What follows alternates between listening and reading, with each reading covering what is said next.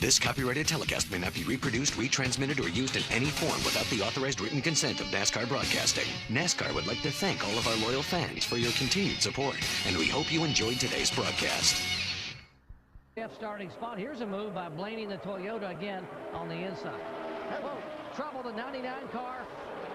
David Rudiman has had contact, heavy damage on the front of his Camry as three cars spinning off of turn 4 here in the short shoot. And Stephen Wallace involved in the 66. Just past the halfway point. Rush with the wall. There's Stephen. Did he cut a tire? Maybe that little brush with the wall, get enough fender in against a tire. Now, this was just a seconds before this happened. You see the 66 car on the right of your screen slowing down. Yeah, we see a little bit of a wiggle. Then he chases it and just loses it. Looks like the tire did go down. Oh, and that 99 car, David Rudiman, just in the wrong place at the wrong time. All the switches are off except for one, and one that's off the pace is the 16. You know, Greg Biffle was having a good run, was shown as high as third early on, but now he is coasting on the apron. You take him to the garage? Yep, I'll take her to the garage for you. Perfect. So check it out, guys. Mike? And Greg Biffle slowing down, headed to the garage. He thinks he broke a shock guy, and at this racetrack, that could be terminal. I'll tell you what, you're out there running close to 200 like these guys are doing, and you think you've got a broken shock. The first indication is the car, the handling's one away. The car's jumping all over the racetrack, and he doesn't like driving it like that. And you see car bouncing. These guys don't run for points either, so yeah, he put his hand out the window saying, hey guys, try to avoid me here. I'm just going to try to get off the racetrack. Man, I thought that thing was going to jump clear off the ground in the right front corner. That didn't look good at all. Yeah, driving like a school bus at 200 miles an hour. These slick conditions. If anybody can pull it off, it's Stewart. And they shuffle all behind this lead 5-6 cars, single file, and behind them, one car out of shape. That is Jamie McMurray. Can he hang on? No, he's sideways and spins it around. Can he keep the brake right there if you can hold her straight? He got hit in the side, boys, from the one car. That was almost a huge wreck right there. Get her going. We're going to put 4 on it. 4 tires here. I'll tell you what, you got to keep that thing rolling. It's like getting stuck in the mud or stuck in the snow, man. If it stops, it's not going. Tapped by the one car in the side. Let's see if that contact. There's the contact. It looked like Jamie's the one that got into the one car. Yeah, I'm not so sure. I don't think the one car did anything, did he? It looks like Jamie drove into him. Yeah, J.J. Ailey minding his own business and felt a bump and then saw the 37 car sliding beside him. That was a nice job there. That's very wet grass, and somehow he managed to get that car stopped. They have a team that can win races. They proved that earlier this year, but they were a little bit upset that they didn't win last week. This week, they look like they're in position again. Caution on the track, Doc. All right, thank you, Dave. Debris on the racetrack, and so there was some contact, and the Wimmer car, Scott Wimmer car, had some contact, and we have some sheet metal coming off. You see the left rear of his car, and also where it has cut a tire, the sheet metal, and that's some of the rubber casing on the outside of that Goodyear tire has been sheared away. So we can show you what happened from his Holiday Inn onboard camera. Let's watch him get down to turn 1 here, Jerry. See what happens here. Oh, he gets hit from the back, guys. He got crunched right in the left rear quarter panel and steered him right in the wall as they're getting ready to enter turn 3. So that's nothing. Let's watch again like here. Let's take a look. It looks like Marcus Ambrose got in the left rear quarter panel of him. I think they just sideways. stacked up. It looked like they just kind of got stacked up, and then he got a little contact from behind. I tell you what, there's a lot of contact. It bent that quarter panel way up. It gives him a little bit of help on this restart. All right, they jump in the throttle. Green flag waves from Kevin Moss, and we folks are just 5 laps away from the checkered flag. Can Kyle Busch hang on? He has not won this year. Yes, he led at the white flag at Las Vegas, but he didn't get the win because he got passed coming out of turn 4. Can he hang on here for 5 more laps at Daytona? Well, I tell you what, Kyle Busch is looking right now because that was a key moment of the race going into turn 1. And Clint Boyer did all he could to get underneath the 10 car of Dave Blaney. Didn't happen. And Dave Blaney just got a great restart, got up underneath the back end of Kevin Harvick. Almost turned him into the wall right there. Real lucky not to wreck. Jason Leffler shuffled out of the draft down the inside there. As you see the 9 car, that's Casey King trying to get up to the high side of the 2. Can King now push Clint Boyer up on the outside? Now Boyer opens up the door.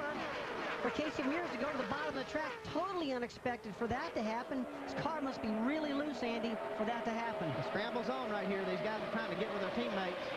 You see the 24 car trying to work his way up there. Maybe he can help the 5 car win the race. At Talladega, it was the high line that really came into being with 1 lap to go. That's how Bobby Labonte and Tony Stewart made their move. But right now, the bottom line, Rusty seems to be the preferred group. Well, the bottom line's preferred, that's for sure. And Clint Boyer, the only thing he's got going for him right now is to try to ride that high line and hope that this car holds on, the handling of it, that he can run wide open on the top. But boy, it is slick all over this place. Temperatures are rising, getting close to 100 degrees here in Daytona. It is heating up on the racetrack and off. How long do you wait, guys? Rusty Wallace, how long do you wait if you're Kevin Harvick and Dave Blaney? How long do you give Kyle Busch to sit out there and lead this race? Doc, he's doing all he can right now. He can't do any waiting. He needs to go now because take every advantage you can. There's no more of the slingshot draft where you wait till the last corner and you hammer down and you go, Andy, like the old days. I think they're just waiting to get with each other. If they can get some teammates up there. Kevin Harvick could just get his teammate Clint Boyer up behind him on his back bumper. They're just looking for an opening. Any little opening. They're going to take it now with just 3 laps to go. 7.5 miles away from the checkered flag. Not many openings left here. You're going to have to make your own here as the front 3 now nose to tail. 4 car lengths back to Casey Mears. Then comes the 2 car, but he's under attack from Tony Stewart. Guys, I tell you what, the 24, he just needs a little draft and help to get up there. And boy, did you see that little while ago? That 25 car, David Gilliam. Got in trouble. Whoa, dead trouble. sideways. 42 car, Juan Pablo Montoya sideways, sailing toward pit road, somehow gets it right. Down pit road, just decrease your speed, decrease your speed, decrease your speed. And caution will come out again here today. Front tires, right here, 5, 4, 3, 2, 1, stop. And Juan Pablo Montoya will bring out caution for the 6th time today. And come right down pit road, and they will put right side tires on the car. Yeah, the crew wasn't quite expecting him to come in that quick. But you got to reduce your speed once you get there. And watch Montoya right in front of Casey Kane, gets sideways, almost gets the back end of Tony Stewart. Hey, we've seen some real close calls today. And he had the worst case scenario right there with a 9 car right behind him of Casey Kane, right on the bumper of Montoya. Got him really loose. In and out, in and out. In and out. They get it done. Can Kyle Busch somehow avoid the jinx? A green-white checkered for the first time in 2007. Who's it going to be? Kyle Busch, Kevin Harvick, Dave Blaney. Here comes Mears. Here comes Boyer. I'm afraid Kevin didn't good enough restart. He got too far behind the 5 car in that one. 10 car was about a car behind him. Kevin was about a car. Look at Boyer going to the outside. He needs some help to keep that one going, though. Yeah, he slides up to the high side, and Tony Stewart feels the hole right on his inside. They come off of turn 2. 187 miles an hour, and Kyle Busch stays hugging to that bottom groove as there are 7 cars lined up in the bump draft. Jerry, that's where he's got to stay. You see the bump draft going on right now with the Casey Mears, but that 5 car of Kyle Busch has got to keep it glued to the bottom. If he can keep that thing on the bottom, he's got this race won. And you know what, guys? If he wins it, he deserves it, because he's had the fastest car all day long. Well, he led the white flag at Las Vegas, Nevada. He did not win the race. He has yet to win in 2007, and now it is time for Harvick and company to go on the attack. And he's getting a huge push from the 10 car of Dave Blaney behind him. Get some help. He might do it. All right, we got a big change here now. This is it. Kevin Harvick up high, got some help from Tony Stewart. And remember, it was in February. Oh, contact, and David Reagan spins around. Reckon behind you. No caution yet. No caution. He's out of the way. They will race coming back to the checkered flag. Can Kevin Harvick get enough help? Kyle Busch at a turn 4. Harvick is 2 car lengths back. Behind him, Dave Blaney. 2 Chevys and a Toyota. Kyle Busch trying to hang on and get his first win of 2007, and Kyle Busch will do it and win at Daytona. I'll tell you what, Harvick didn't. It wasn't easy on him. Harvick had him right in his gun sights, and he was going for it. But that last caution, Kyle Busch just too dominant today. Nobody had anything for him today. Oh, you're right, Andy. He really had him covered today. Real fast car. Yeah, give a call to Mike Bumgarner, Alan Gustafson, the entire Hendrick organization. A brand new race car that had not even been to the wind tunnel they built, finished just a week ago, and came here and dominated by leading twice for 66 laps. Jerry, when Harvick went to the top side, it looked like the move he put on Mark Martin in the Daytona 500. But when that caution flaked through, he couldn't go for it. Take a look at that wreck.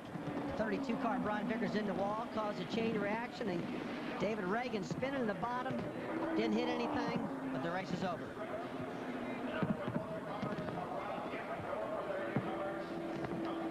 This copyrighted telecast may not be reproduced, retransmitted, or used in any form without the authorized written consent of NASCAR Broadcasting. NASCAR would like to thank all of our loyal fans for your continued support, and we hope you enjoyed today's broadcast. The following is a paid advertisement for The Magic Bullet, brought to you by Homeland Housewares.